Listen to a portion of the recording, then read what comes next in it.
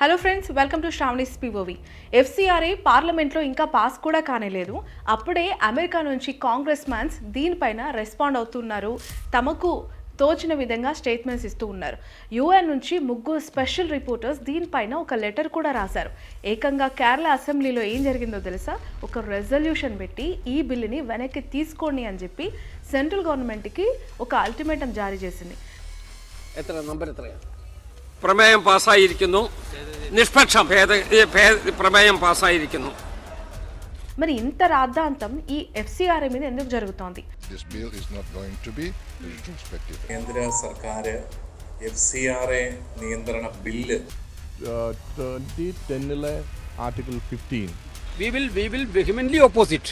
The government cannot bulldoze this type of bill to the house. The FCRA amendment bill you are introducing in the Lok Sabha and Rajya Sabha today is going to destroy India's economy for years to come. ఇంకా interesting facts ఏంటో తెలుసా? ఈ bill ఇప్పుడు పార్లమెంట్లో ఆగిపోయింది. ఎందుకు? రామ్ మందిర్ దగ్గర జరిగిన చందా చోరీ ఆరోపణల మీద అమిత్ షా సమాధానం చెప్పాలి అని చెప్పి ప్రతిపక్షాలు ఇదే టైంలో పట్టుబట్టడం వల్ల ఆగిపోయింది. ఒక ఎన్జిఓ ఫండింగ్ బిల్లుకి రామ మందిర్ డొనేషన్ స్కాండల్కి అసలు ఏమైనా సంబంధం ఉంది అనుకుంటున్నారా? బట్ అసలు కదా ఇక్కడే స్టార్ట్ కాబోతోంది. ఫ్రెండ్స్, నిన్న నా ఫోన్ బ్రౌజ్ చేస్తూ ఉన్నప్పుడు ఎఫ్సిఆర్ఏ బిల్లు గురించి ఒక వీడియో చూశాను. బేసిక్స్ బాగానే చెప్పారు అందులో, బట్ అసలైన బాంబులు చాలా వరకు మిస్ అయినట్లు నాకు అనిపించింది.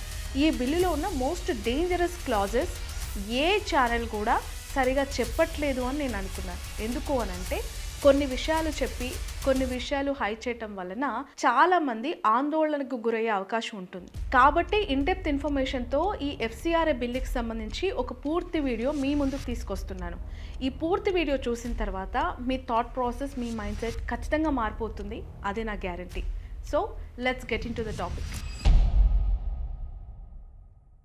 ఫస్ట్ ఆఫ్ ఆల్ ఒక చిన్న రీక్యాప్. ఇక్కడ ఎఫ్సిఆర్ఏ అంటే ఏంటి? Foreign contribution regulation act. చాలామందికి ఈ విషయం తెలిసే ఉంటుంది. ఈ మధ్యకాలంలో ఎఫ్సిఆర్ఏ గురించి లోకల్ టు నేషనల్ ప్రతి ఒక్కరూ కూడా దీని గురించి మాట్లాడుకుంటున్నారు. సో విదేశాల నుంచి వచ్చే డొనేషన్స్ కంట్రోల్ చేసే చట్టం ఇది అనేది చాలామందికి ఉన్న నాలెడ్జ్ కదా. 2019 నుంచి 22 మధ్య కాలంలో మన ఇండియాకి వచ్చిన ఫారెన్ ఫండ్స్ దాదాపు ఎంతో తెలుసా? అప్రాక్స్గా జస్ట్ గెస్ చేయండి, 55,000 crores. ఎస్, ఇప్పటికే 22,000కి పైగా ఎన్జిఓస్ లైసెన్స్ క్యాన్సిల్ చేసుకుని ఉన్నాయి. ఇంకో 15,000 పైగా ఎక్స్పైరీ అయిపోయాయి. ఇప్పుడు యాక్టివ్గా ఉన్న ఫిగర్ ఎంతో తెలుసా? జస్ట్ 14,000 పైగా. బట్ దీన్ని ఫిక్స్ చేయడానికి తెచ్చిందే ఈ ఎఫ్సిఆర్ఏ అమెండ్మెంట్ బిల్ 2026. ఇది మార్చి 25, 2026న లోక్సభలోకి ప్రవేశపెట్టారు. మనందరికీ తెలిసిందే, ప్రవేశపెట్టడం చాలా ఈజీ, కానీ అవి గట్టెక్కడం చాలా కష్టం అని. ఎందుకంటే ఇది ఇండియా, తెలుసు కదా మనందరికీ. లోక్సభలో, రాజ్యసభలో జరిగేవి, ప్రతిపక్షాలు చేసే హడావిడి, అవసరం ఉన్న బిల్లులు పాస్ చేసే క్రమంలో వాళ్ళు చేసే రచ్చ అఫ్కోర్స్ ఇప్పుడు జరిగినట్టే అప్పటి నుంచి కూడా జరుగుతుంది. సో అత్యంత కీలకమైన సెక్షన్స్ ఈ బిల్లో నాకు అనిపించినవి ఒక 2. అవేంటో తెలుసా? 16B and 16C. వినటానికి ఎఫ్సిఆర్ఐ అంటే చాలా బోరింగ్ అనిపిస్తుంది, ఇదో పెద్ద మనకు తెలియని సబ్జెక్ట్ అని అనుకుంటున్నాం కదా. No, this is very important to us. ఎందుకు అని అంటే అసలు ట్విస్ట్ ఇక్కడే ఉంది. ఈ 2 సెక్షన్స్ రెట్రోస్పెక్టివ్గా అప్లై అవుతాయి. అంటే అర్థం ఏంటి? ఈ బిల్ ఇంకా చట్టం కూడా కాలేదు, చర్చల్లోనే ఉంది. బట్ గతంలో ఎప్పుడో లైసెన్స్ కోల్పోయినా లేదంటే ఆల్రెడీ క్యాన్సిల్ అయిపోయిన ఎన్జిఓ ఆస్తులు కూడా ఆటోమేటిక్గా ఈ కొత్త డిజిగ్నేటెడ్ అథారిటీ కంట్రోల్లోకి వెళ్ళిపోతాయి. Just imagine, just think of it. Just 10 years క్రితం లైసెన్స్ పోయిన సంస్థ కూడా ఇప్పుడు ఈ కొత్త రూల్ కిందికి వస్తుంది అంటే ఎక్కడో ఒక ఆలోచన అయితే మీ మైండ్లో తెలుస్తుంది కదా. ఎందుకు ఇది అవసరమా అని అనిపిస్తుంది కదా. లీగల్ ఎక్స్పర్ట్స్ కూడా దీనిపైన బ్యాక్ డేటెడ్ పవర్ అని చెప్పి ఇప్పుడు మాట్లాడుతున్నారు. ఎందుకు? జనరల్గా ఏ చట్టమైనా ఫ్యూచర్ కోసమే పనిచేస్తుంది కదా. ప్రీవియస్గా ఏం జరిగాయి, వాటి డెవలప్మెంట్స్ ఏంటి, రిజల్ట్ ఏంటి అని ఆలోచించదు. బట్ ఇక్కడ ఏకంగా 37,000కు పైగా ఎన్జిఓల ఆస్తులు, అంటే ఇప్పటికే లైసెన్స్ కోల్పోయినవి, ఆల్రెడీ ఎక్స్పైర్ అయిపోయినవి, ఇవన్నీ కలిపి క్లబ్ చేసి ఈ కొత్త అథారిటీ చేతుల్లోకి వెళ్ళే ఛాన్స్ ఉంది. యాజ్ ఆఫ్ నౌ ఇదే మనకు వస్తున్న సోర్స్. దీన్ని ఆక్స్ఫర్డ్ యూనివర్సిటీకి చెందిన హ్యూమన్ రైట్స్ హబ్ స్టేట్ కంట్రోల్ని పెంచే పబ్లిక్ స్పేస్ని కుదించే ఒక నిర్ణయంగా అభివర్ణిస్తూ ఉన్నారు.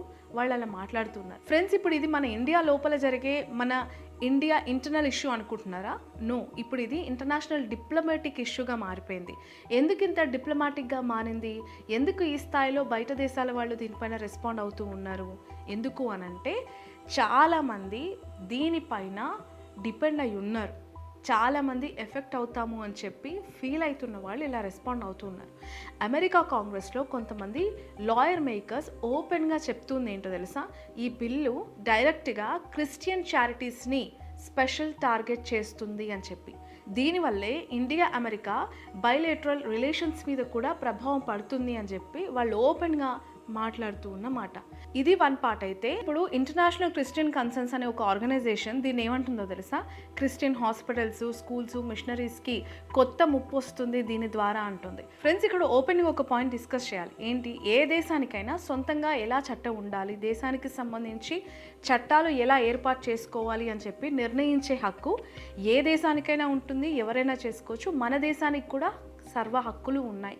అదే ఇప్పుడు చేస్తూ ఉన్నారు. బట్ అదే టైంలో ఇన్ని దేశాల నుంచి ఇంతమంది ఇంటర్నేషనల్ అబ్జర్వర్స్ నుంచి ఒకేసారి ఇంత వ్యతిరేకత రావటం అని కూడా చిన్న విషయంగా మనం చూడాలా? కాదు. ఎందుకు అనంటే ఇంటర్నేషనల్ స్థాయిలో దీనిపైన ఇప్పుడు చర్చ జరుగుతోంది. ఇది కేవలం ఇండియా మీద కుట్ర అని చెప్పి కొట్టి పారేసి అంత సింపుల్ ఇష్యూవా? కాదు. అందుకే దీన్ని కొంచెం సీరియస్గా మనం చూడాల్సిన అవసరం ఉంది. ఇక్కడ నాకు అనిపించే అతిపెద్ద ఐరనీ ఏంటో తెలుసా? గవర్నమెంట్ ఈ బిల్లుని జస్టిఫై చేయడానికి పదే పదే FATF పేరు వాడుతోంది. FATF అంటే financial action task force terrorism ఫండింగ్ని అరికట్టడానికి పనిచేసే ఒక ఇంటర్నేషనల్ లెవెల్లో ఉన్న వాచ్ డాగ్. సో మేము చేసేది FATF స్టాండర్డ్స్ కోసమే అని చెప్పి మన ఇండియన్ గవర్నమెంట్ చెప్తోంది. బట్ ఇక్కడ ఒక ట్విస్ట్ ఉంది. అదేంటి? 2024లో FATF స్వయంగా ఇండియా మీద చేసిన అసెస్మెంట్లో ఏం చెప్పింది? NGO సెక్టార్స్ మీద బ్లాంకెట్ రెస్ట్రిక్షన్స్ పెట్టొద్దు, దానికి బదులుగా ఆల్టర్నేటివ్ మెథడ్లో టెర్రర్ ఫండింగ్ రిస్క్ నిజంగా ఉన్న సంస్థల మీద మాత్రమే టార్గెటెడ్గా ఫోకస్ చేయాలి అండ్ నాన్ ప్రాఫిట్ సెక్టార్తో మాట్లాడి ముందుకు వెళ్ళాలి అని చెప్పి. అంటే గవర్నమెంట్ ఎవరి పేరు చెప్పి ఈ బిల్లుని జస్టిఫై చేస్తుందో ఆ సంస్థే వేరే మాట చెప్తుంది ఇక్కడ. ఇది కమెంట్స్లో ఖచ్చితంగా మీరు డిస్కస్ చేయాల్సిన పాయింట్, మెన్షన్ చేసి మాట్లాడాల్సిన అప్డేట్. ఫ్రెండ్స్, ఇక్కడ మన ఇండియా లోపల జరుగుతున్న కాంట్రవర్సీ డిస్కషన్ పాయింట్కి వస్తే ఒక సౌత్ స్టేట్ అని కాకుండా క్లియర్గా చెప్పాలంటే కేరళ అసెంబ్లీ అధికారికంగా ఒక రెజల్యూషన్ పాస్ చేసి ఈ బిల్లుని పూర్తిగా విత్డ్రా చేయమని సెంట్రల్ గవర్నమెంట్ కోరింది కదా. ఈ అప్డేట్ అందరికీ ఉంది కదా. మేఘాలయ కూడా బహిరంగంగా దీనిపైన వ్యతిరేకత చూపిస్తోంది. మాకు ఇష్టం లేదు, దీనిపైన మీరు ఆలోచించాలి అని చెప్పి అల్టిమేటం ఇస్తోంది. ఎందుకు? ఈశాన్య రాష్ట్రాల్లో ఎస్పెషలీ కేరళలో క్రిస్టియన్ మిషనరీలు నడిపే ఎన్నో స్కూల్స్, హాస్పిటల్స్ అండ్ చారిటబుల్ ట్రస్ట్లు చాలా ఎక్కువ. మనందరికీ తెలుసు, హైయెస్ట్ అక్కడే NGOస్గా చాలామంది సర్వ్ చేస్తున్నారు.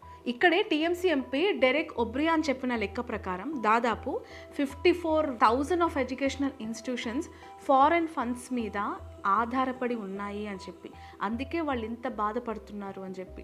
వీటిలో ఎంతమంది నిజంగా సేవ చేస్తున్నారు, ఎంతమంది సేవ పేరుతో స్కామ్ చేస్తున్నారు వేరు చేయకుండా బ్లాంకెట్గా అన్నీ ఒక్క కిందిగా వస్తాయి అని చెప్పి రూల్ పెడితే నిజాయితీగా పనిచేసే స్కూల్స్, హాస్పిటల్స్, చారిటబుల్ ట్రస్ట్లు, NGOలు ఖచ్చితంగా మూతపడే ప్రమాదం ఉంది అనేది వీళ్ళ పెయిన్ అని వాళ్ళు చెప్తున్నారు. బట్ ఇక్కడ గవర్నమెంట్ వైపు నుంచి కూడా ఒక ఫెయిర్ పాయింట్ ఉంది ఫ్రెండ్స్, అది మనం ఖచ్చితంగా డిస్కస్ చేయాలి.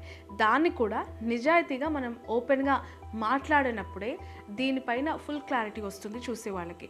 ఈ బిల్లులో డెసిగ్నేటెడ్ అథారిటీ తీసుకున్న ప్రతి నిర్ణయానికి వ్యతిరేకంగా రివిజన్ పిటిషన్ పెట్టుకునే హక్కు, డిస్ట్రిక్ట్ కోర్టుకి వెళ్ళే హక్కు కూడా క్లియర్గా ఇచ్చారు. అంటే ఏకపక్షంగా ఏదే తీసేసుకుంటారు, కోర్టుకు వెళ్ళే ఛాన్స్ లేకుండా చేస్తున్నారు అని పూర్తిగా చెప్పడం కూడా కరెక్ట్ కాదు. ఇక్కడ ప్రార్థనా స్థలాల విషయంలో కూడా ఆ స్థలం మతపరమైన స్వభావాన్ని మార్చకూడదు అని చెప్పి ఇందులో స్పష్టంగా మెన్షన్ చేస్తున్నారు. కాబట్టి ఇది పూర్తిగా బ్లాక్ అండ్ వైట్ ఇష్యూ మాత్రం కాదు, రెండు వైపులా రెండు వాదనలు ఉన్నాయి, ప్రోస్ ఉన్నాయి, కాన్స్ ఉన్నాయి. వాటి గురించి మనం ఈ ఇన్డెప్త్ వీడియోలో డిస్కస్ చేస్తున్నాం. ఇప్పుడు అసలైన ట్విస్ట్ ఏంటంటే, ఈ వీడియో నేను మొదట్లో చెప్పాను కదా, ఈ బిల్ ఇప్పటికీ కూడా పార్లమెంట్లో పాస్ కాలేదు, ప్రతిపక్షం అడ్డుకుంటుంది అని చెప్పి. ఎందుకో తెలుసా? ఆగస్ట్ 26న జరుగుతున్న మాన్సూన్ సెషన్స్లో గవర్నమెంట్ ఈ బిల్లుని టేబుల్ చేయాలి అని చెప్పి చూసింది. బట్ ప్రతిపక్షాలు ఒప్పుకోవట్లేదు. ఏం చేస్తున్నారు? రామ్ మందిర్ ఇష్యూని తీసుకొస్తున్నారు. వాళ్ళ డిమాండ్ ఏంటి? ముందు అక్కడ చందా చోరీ ఆరోపణలపైన డైరెక్ట్గా అమిత్ షానే పార్లమెంట్లో దీనిపైన సమాధానం చెప్పాలి, చర్చ పెట్టాలి, అవకతవకలు, పోయిన డబ్బంతా ఎలా ఎక్కడికి వెళ్ళిందో ఆన్సర్ ఇవ్వాలి అని చెప్పి. అలాగే జూలై 20న జంతర్ మంతర్ దగ్గర జరిగిన స్టూడెంట్ ప్రొటెస్ట్ల మీద పోలీస్ యాక్షన్స్ గురించి కూడా ఇదే మాన్సూన్ సెషన్లో క్లారిటీ ఇవ్వాలని చెప్పి ప్రతిపక్షాలు డిమాండ్ చేస్తున్నాయి. అంతవరకు ఎఫ్సిఆర్ఏ బిల్లుని చర్చించమని చెప్పి ససే మిరా చెప్పి అడ్డుకుంటున్నారు. ఒక్కసారి థింక్ చేయండి ఫ్రెండ్స్, ఎన్జిఓ ఫండ్స్ మీద ఒక సీరియస్ చట్టం పూర్తిగా వేరే ఇష్యూస్ వల్ల పార్లమెంట్లో ఇప్పుడు బందీ అయిపోయింది. ఇది పాలిటిక్స్లో ఎంత తరచుగా జరుగుతుందో చూపించే ఒక పర్ఫెక్ట్ ఎగ్జాంపుల్. ఎందుకు అంటే ప్రతి దేశానికి ఫారెన్ ఫండ్స్ అనేవి వస్తూ ఉంటాయి. దానికి సంబంధించిన ఒక మానిటరింగ్ వ్యవస్థ ఏర్పాటు చేసుకునే హక్కు ఆ దేశానికి ఖచ్చితంగా ఉంటుంది. మన దేశానికి ఉండి తీరాల్సిందే. దానికి నేను సపోర్ట్ చేస్తున్నా. బట్ ప్రతిపక్షాలు దేని వ్యతిరేకించాలో, దేని సపోర్ట్ చేయాలో, దేని అపోజ్ చేయాలో మినిమం ఆలోచించకుండా ఇలా అడ్డుకోవడం ఎంతవరకు కరెక్ట్? మీకేమనిపిస్తుంది ఈ విషయంలో? దానిపైన కూడా కమెంట్ చేయండి. ఇప్పుడు మొత్తం చిత్రాన్ని ఒకసారి మనము క్యాలిక్యులేట్ చేసి చూస్తే ఒకవైపు ఫేక్ ఎన్జిఓల భరతం పట్టాలి అనేది జెన్యూన్గా ఇక్కడ మనకు కనిపిస్తున్న నీడ్, మన దేశానికి నీడ్. మన దేశంలో కొన్ని వేల కోట్ల రూపాయలు ట్రాక్ లేకుండా తిరుగుతున్నాయి. ఎక్కడి నుంచి వస్తున్నాయో, ఎందుకు వస్తున్నాయో, దాన్ని ఎవరు వాడుతున్నారో మనకు అర్థం కావట్లేదు. దానిపైన ఒక మానిటరింగ్ వ్యవస్థ ఏర్పాటు చేస్తామని చెప్తోంది ప్రభుత్వం. బట్ అదర్ సైడ్ ఈ బిల్లు తెచ్చిన రెట్రోస్పెక్టివ్ పవర్స్ ఇంటర్నేషనల్ కమ్యూనిటీ నుంచి వస్తూ ఉన్న అపోజ్, గవర్నమెంట్ కోచ్ చేస్తున్న FATF స్వయంగా వేరే మాట చెప్తూ ఉండడం, ఇక్కడ కేరళ లాంటి రాష్ట్రాలు అధికారికంగానే వ్యతిరేకించడం ఈ డెసిషన్ని. ఇవన్నీ కూడా అస్సలు చిన్న విషయాలు కాదు. అందుకే ఇవి మన దేశం దాటి పక్క దేశాలకి పాకిన వార్త. నా పర్సనల్ ఒపీనియన్ ఏంటో తెలుసా? ఫేక్ ఎన్జిఓలని ఆపటం, ట్రాన్స్పరెన్సీ తీసుకురావటం, FCRA అనే బిల్లు ఖచ్చితంగా అవసరం ఉంది, దాంట్లో డౌట్ లేదు. బట్ ఆ ప్రాసెస్లో నిజాయితీగా పనిచేసే స్కూళ్ళు, హాస్పిటల్స్, హెల్త్ కేర్ సెంటర్స్ కూడా బలైపోతున్నాయి కదా. దానికి బాధ్యత ఎలా చూసుకోవాల్సిన అవసరం ఉంది కదా. ఒక చట్టం మంచిదైనా దాని అమలులో డ్యూ ప్రాసెస్ లేకపోతే అది సెక్యూరిటీ టూల్ నుంచి పవర్ టూల్గా మారే ప్రమాదం ఎప్పుడూ ఉంటుంది. ఫ్రెండ్స్, ఇప్పటి వరకు FCRA కింద ఎన్నో ఫారెన్ ఫండ్స్ మన ఇండియాకు వచ్చాయి. అనేక NGOలు, హాస్పిటల్స్, మిషనరీ స్కూల్స్ కింద డెవలప్మెంట్స్ అని చెప్పి అవి సర్క్యులేట్ అవుతున్నాయి. వాటిపైన సీరియస్గా మానిటర్ చేయడానికి ఒక వ్యవస్థ ఉన్న నిర్వీర్యంగా పనిచేసింది. బట్ ఇప్పుడు దాన్ని యాక్టివ్ చేస్తున్నామని చెప్పి సెంట్రల్ గవర్నమెంట్ చెప్తోంది. సో ఆ ఫారెన్ ఫండ్స్ మనకి ఎంతవరకు ఇంపార్టెంట్, అవి నిజంగానే మిస్యూజ్ అవుతున్నాయి అని చెప్పి మీకు కూడా అనిపిస్తుందా? ఎందుకు అనంటే ఈ మిషనరీలు, ఈ హాస్పిటల్స్, ఈ రన్ అవుతున్న స్కూల్స్ క్రిస్టియన్ ఫండ్స్తో కొనసాగుతున్న వాటిపైన ఎంతోమంది మన ఇండియాలో డిపెండ్ అయ్యి మీ చుట్టుపక్కలే బెనిఫిట్స్ పొందుతున్న వాళ్ళు ఉండొచ్చు, లేదంటే కన్వర్షన్స్ జరుగుతున్నాయి అని చెప్పి భావించి ఆపేయాలనే ఇంటెన్షన్తో ఇలా సెంట్రల్ గవర్నమెంట్ చేస్తుందా అనే ఆలోచన మీకు రావచ్చు. మీకు ఎగ్జాక్ట్లీ ఏమనిపిస్తోంది? ఫారెన్ ఫండ్స్కి సంబంధించి దీనిపైన ఒక మానిటరింగ్ అనేది ఇప్పటి నుంచి స్ట్రిక్ట్గా తీసుకెళ్లాల్సిన అవసరం ఉందంటారా? సో మీరేమంటారు దీనిపైన? ఫేక్ ఎన్జిఓలను ఆపటానికి ఇంత పవర్ఫుల్ చట్టం ఇప్పుడు అవసరమా మన దేశానికి?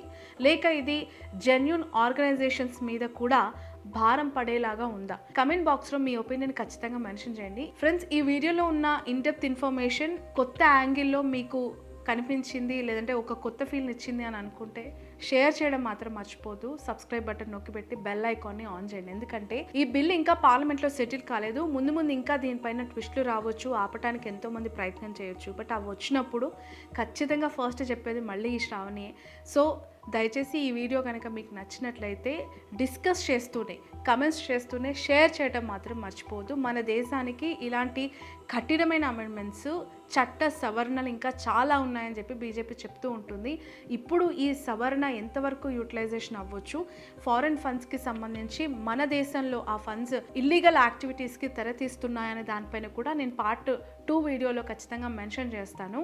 సో మీ అభిప్రాయాన్ని మాత్రం కమెంట్ రూపంలో తెలియజేయడం మర్చిపోద్దు. మరొక వీడియోతో మళ్ళీ కలుద్దాం.